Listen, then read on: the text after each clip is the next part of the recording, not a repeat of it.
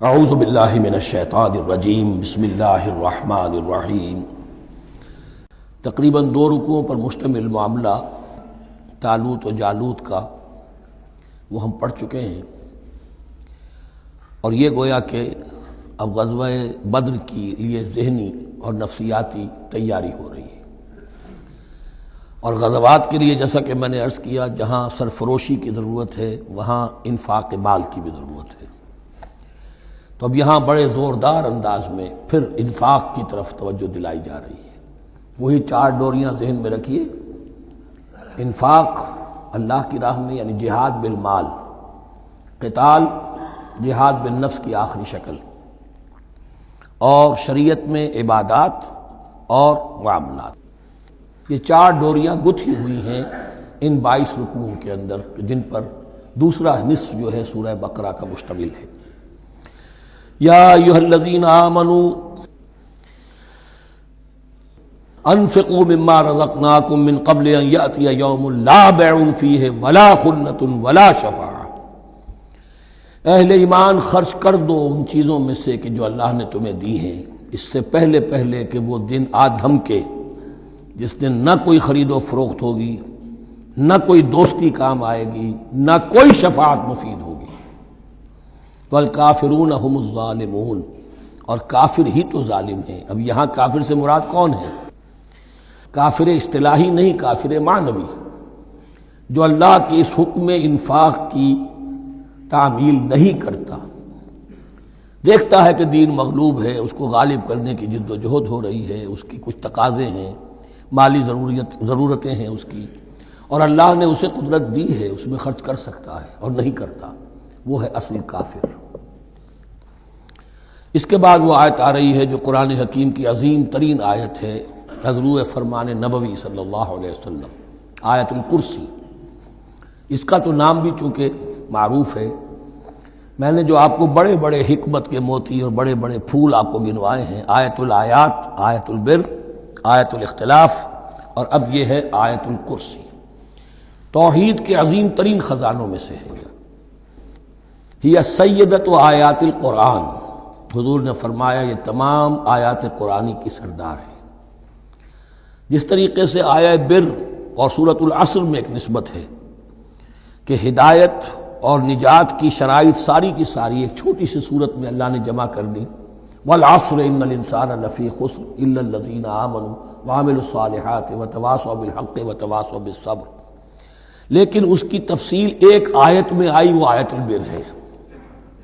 چنانچہ جو منتخب نصاب ہم نے مرتب کیا ہے دعوت قرآن کے لیے، میں پہلا درس سورۃ العصر کا ہے اور دوسرا درس آیت البر کا ہے۔ جو نسبت سورۃ العصر میں ہے کہ وہ سورت ہے، یہ آیت ہے، لیکن اس آیت میں کئی سورتیں نکل سکتی ہیں حجم کے اعتبار سے سورۃ العصر کے برابر۔ یہی نسبت ہے سورہ اخلاص میں، 4 آیتیں، توحید کا عظیم ترین خزانہ، اور یہ آیت الکرسی، یہ آیت ہے سورہ اخلاص، اس میں 4 بن جائیں گی حجم کے اعتبار سے، لیکن اسے حضور نے ثلث قرآن قرار دیا ہے، توحید کے موضوع پر جامع ترین سورۃ الاخلاص، لیکن توحید اور خاص طور پر توحید فی الصفات کے موضوع پر عظیم ترین آیت یہ آیت الکرسی ہے۔ اللہ لا الہ الا ہو، اللہ وہ معبود برحق ہے جس کے سوا کوئی الہ نہیں، بڑا کیٹیگوریکل۔ الحی القیوم، وہ زندہ ہے از خود اور با خود، اس کی زندگی مستعار نہیں ہے۔ وہ جو کہا ہے کہ مانگ کے لائے تھے 4 دن، 2 آرزو میں کٹ گئے، 2 انتظار میں، عمر دراز مانگ کے لائے تھے، اللہ کی زندگی ہے، اس کی از خود زندگی، کسی کی دی ہوئی نہیں، اور اس زندگی میں کوئی ضعف نہیں، کوئی کمزوری نہیں، کوئی احتیاج نہیں، آگے آ جائے گا، نہ اسے نیند آتی ہے نہ اونگ آتی ہے۔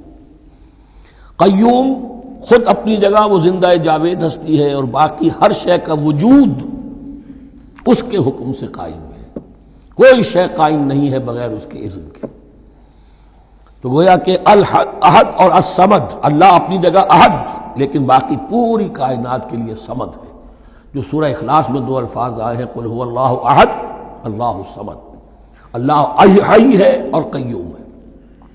لا تأخذہ سنۃ ولا نوم، اس پر غالب نہیں ہو سکتی نہ نیند نہ اونگ، لہو ما فی السماوات و ما فی الارض، آسمانوں اور زمین میں جو کچھ ہے اسی کا ہے، ملکیت تامہ، ملکیت حقیقی اس کی ہے۔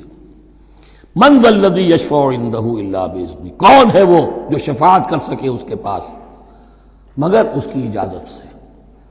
اب یہ مقام آیا ہے سورہ بقرہ میں پہلی مرتبہ، 3 مرتبہ کیٹیگوریکل ڈینائل کے بعد، کوئی شفاعت نہیں، کوئی شفاعت نہیں، کوئی شفاعت نہیں۔ یہاں بھی جو انداز ہے بہت ہی جلالی انداز ہے، منزل الذی، کس کی یہ حیثیت ہے، کس کا یہ مقام ہے، کس کو یہ زور حاصل ہے کہ وہ اپنے اختیار کے بل پر، جو اپنی حیثیت کی بنیاد پر شفاعت کر سکے؟ ہاں، جس کے لیے اللہ اجازت دے دے۔ استثناء کے ساتھ شفاعت کا یہاں پر پہلی مرتبہ آیا، ورنہ سورہ بقرہ کے 6 رکوع کی دوسری آیت وَاتَّقُوا يَوْمًا لَا تَجْزِي نَفْسٌ عَن نَفْسٍ شَيْئًا وَلَا يُقْبَلُ مِنْهَا شَفَاعَةٌ وَلَا يُؤْخَذُ مِنْهَا عَدْلٌ وَلَا هُمْ يُنصَرُونَ۔ 15ویں رکوع کی دوسری آیت وَاتَّقُوا يَوْمًا لَا تَجْزِي نَفْسٌ عَن نَفْسٍ شَيْئًا وَلَا يُقْبَلُ مِنْهَا عَدْلٌ وَلَا تَنفَعُهَا شَفَاعَةٌ وَلَا هُمْ يُنصَرُونَ۔ اور اب اس سے پہلے کی آیت میں آ چکا ہے وَلَا شَفَاعَةٌ، کوئی شفاعت مفید نہیں ہوگی، لیکن یہ کہ اس میں ایک استثناء ہے۔ اب یہ ذرا باریک مسئلہ ہے کہ شفاعت حقہ کیا ہے، شفاعت باطلہ کیا ہے، تو دورہ ترجمہ قرآن میں اتنی تفاصیل کے ساتھ بحث نہیں کی جا سکتی، وہ ایک علیحدہ موضوع ہے۔ حال ہی میں نے اس پر اپنے درس ریکارڈ کرا دیے ہیں۔ یعلم ما بین ایدیہم وما خلفہم، وہ جانتا ہے جو کچھ ان کے سامنے اور جو اس کو پیچھے ہے۔ عام طور پر دنیا میں ہم سفارش کرتے ہیں تو کہتے ہیں کہ بھئی میں جانتا ہوں اس شخص کو بہتر، اصل میں جیسا کچھ یہ نظر آتا ہے ویسا نہیں ہے، یا جیسا کچھ فیکٹس آن دی فائل آ گئے ہیں وہ بڑے ہی ڈیسیونگ ہیں، اصل حقائق کچھ اور ہیں اس کیس کے، وہ میں آپ کو بتاتا ہوں۔ یہ بات اللہ کے سامنے کون کہہ سکتا ہے، جبکہ اللہ تو جانتا ہے جو کچھ ان کے سامنے اور جو کچھ ان کے پیچھے ہے، اور ان کا حال یہ وَلَا يُحِيطُونَ بِشَيْءٍ مِّنْ عِلْمِهِ إِلَّا بِمَا شَاءَ، اور وہ احاطہ کر ہی نہیں سکتے اللہ کے علم سے کسی شے کا سوائے اس کے جو اللہ چاہے۔ باقی ہر ایک کے پاس علم جو ہے اللہ کا عطائی علم ہے، دیا ہوا علم ہے، محدود علم ہے، بڑے سے بڑا رسول ہو، بڑے سے بڑا ولی ہو، بڑے سے بڑا فرشتہ ہو۔ لا علم لنا الا ما علمتنا، ہم پڑھائیں 4 رکوع میں، تو کون کہہ سکتا ہے؟ من ذا الذی یشفع عندہ الا باذنہ یعلم ما بین ایدیہم وما خلفہم ولا یحیطون بشیء من علمہ الا بما شاء وسع کرسیہ السماوات والارض۔ اس کی کرسی تمام آسمانوں اور زمین کو محیط ہے۔ اب کرسی کے 2 مفہوم یہاں ہو سکتے ہیں، ایک تو یہ کہ اس سے جو معنی مراد ہے یعنی اس کا اقتدار، اس کی قدرت، اس کا جبر، اس کا اختیار، یہ اتھارٹی پوری کائنات کو۔ ایک یہ بھی ہو سکتا ہے کہ اللہ تعالیٰ کے لیے ہم نہیں جان سکتے، یہ آیات متشابہات میں سے ہے کہ کوئی شے بھی ہو واقعتاً جس کو ہم اسے کرسی کہہ سکیں، عرش، کرسی، ان سب کے بارے میں یہ دونوں باتیں ذہن میں رکھیے۔ یہ بھی ہو سکتا ہے کہ ان کی کوئی مجسم حقیقت ہو جو ہمارے ذہن سے، ہمارے تخیل سے ماورا ہے، اور یہ بھی ہو سکتا ہے اس سے استعارہ مراد ہو۔ اس کا اقتدار و اختیار آسمانوں اور زمین پر چھایا ہوا ہے۔ وَلَا يَئُودُهُ حِفْظُهُمَا، اور اسے تکان طاری نہیں ہوتی، اس پر گراں نہیں گزرتا ان دونوں کا تھامنا، ان دونوں کی حفاظت، آسمانوں کی اور زمین کی۔ وَهُوَ الْعَلِيُّ الْعَظِيمُ، اور وہ العلی ہے، بلند و بالا، اور عظیم ہے، بڑی عظمت والا۔ یہ آیت الکرسی سیدۃ آیات القرآن، تمام آیات قرآنی کی سردار، اور توحید الہی کا ایک بہت بڑا خزانہ۔ صدق اللہ العظیم۔